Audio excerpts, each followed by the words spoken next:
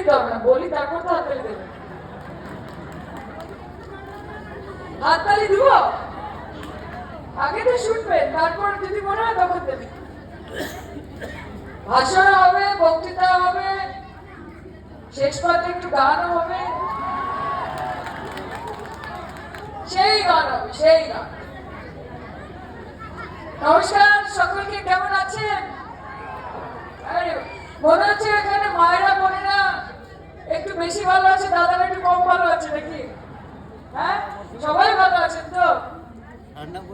আজকে একদিকে যেরকম স্মৃতিচারণা করছি ৩রা জানুয়ারি ২০০৭-এর সেই দিনে, সেখানে মনে দুঃখ আছে, কষ্ট আছে, বহু মানুষের বলিদান রয়েছে, সেখানে দুঃখ হচ্ছে।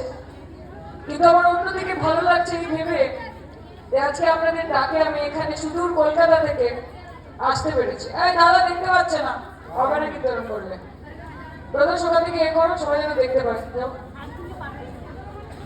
আচ্ছা, আমি তো এখানে আছি, আপনি ওদিকে তাকিয়েছে, আমার দিকে তাকান।